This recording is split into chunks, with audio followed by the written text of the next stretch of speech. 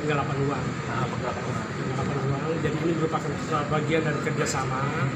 Tapi kerjasama ini sebetulnya kan masih bisa berlanjut. Tapi oleh mereka itu dianggap sebagai menggelapkan uangnya. Jadi pada saat mediasi di Polres Jakarta Pusat sebetulnya kan sudah ada upaya untuk mengembalikan uang itu.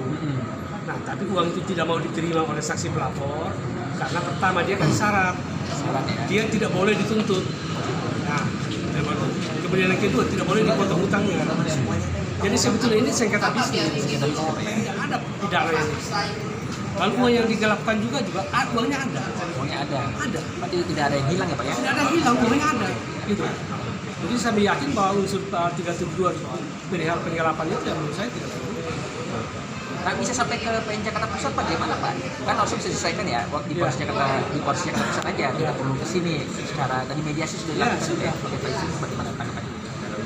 Karena mediasi gagal. Jadi mediasi itu karena dia memberikan syarat itu ya. Syarat itu ya akhirnya ya. Jadi di antara para pihak ini ada kerjasama sekarang ini dengan NPA. Di lain pihak pelapor ini juga ada kerjasama bisnis yang lain dengan salah satu terdakwa ini. Terdakwa ini malah punya piutang ke pelapor ini. Makanya sekarang karena pelapor tidak mau bayar utangnya, makanya sekarang digugat di Jakarta. Salah satu terdakwa satu juga pelapor di Jakarta Barat. Jadi sebenarnya nilainya lebih besar karena ada yang kemudian hal yang paling penting juga mereka kerjasama itu kan mereka bikin satu PT Pratama Perkasa. Nah, PT itu sendiri sampai saat ini juga belum diaudit, belum ada rules.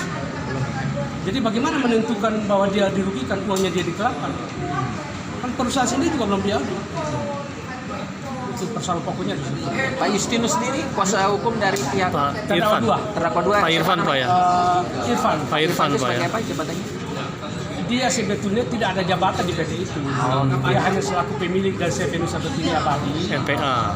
Tetapi Nusa Pertiwi Abadi itu kan terblokir karena ada persoalan di bank.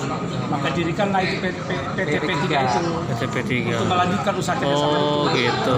Nah, sampai dengan saat ini pun juga kerjasama sebetulnya masih bisa berlangsung. Karena pertama perusahaan juga belum diaudit kok. Iya. Kan belum dihitung nilai kerugian. Iya. Bahkan di dalam mediasi kerja di Polres Jakarta Pusat juga ada upaya untuk kembalikan uangnya itu. Iya. Berarti sudah ada niat baik ya Pak ya? Sudah ada, bahkan sudah dikembalikan itu 150 juta dari pengalian modal itu pokoknya. Dan kemudian 208 itu pembayaran dari kelebihan dari Aldison ditransfer lagi ke P3 itu. Nah itu juga merupakan bagian dari kerjasama itu. Aldison itu sebagai apa Pak? Aldison ini sebetulnya dia pihak ketiga. Jadi Aldison ini dia punya piutang kepada CV Nusa Pertiwi Abadi. Karena CV Nusa Pertiwi Abadi ini terblokir, maka CV Nusa Pertiwi pinjam rekening Aldison. Begitu ada uang masuk dari Sugar, masuk Aldison. Nah, Aldison sendiri itu punya piutang kepada CV Nusa Pertiwi Abadi sebesar 600 juta. Nah, setelah uang itu masuk kan dipotong. Ada kelebihan 208 itulah ditransfer ke PT P3 itu. Jadi itu juga bagian dari pengembalian uang juga. Iya. Berarti perkara ini perdata atau pidana umum Pak? Saya yakin perdata murni. Perdata ya. Harapan Pak Justinus perdata Pak ya. Harapannya Pak Justinus dengan adanya perkara ini. Harapan kami sih ya, majelis hakim kalau betul berdasarkan fakta yang ada di persidangan ya kami yakin bahwa ini Perdata. Oslah ya. Oslah Pak ya bebas. Oslah. Harapannya bisa.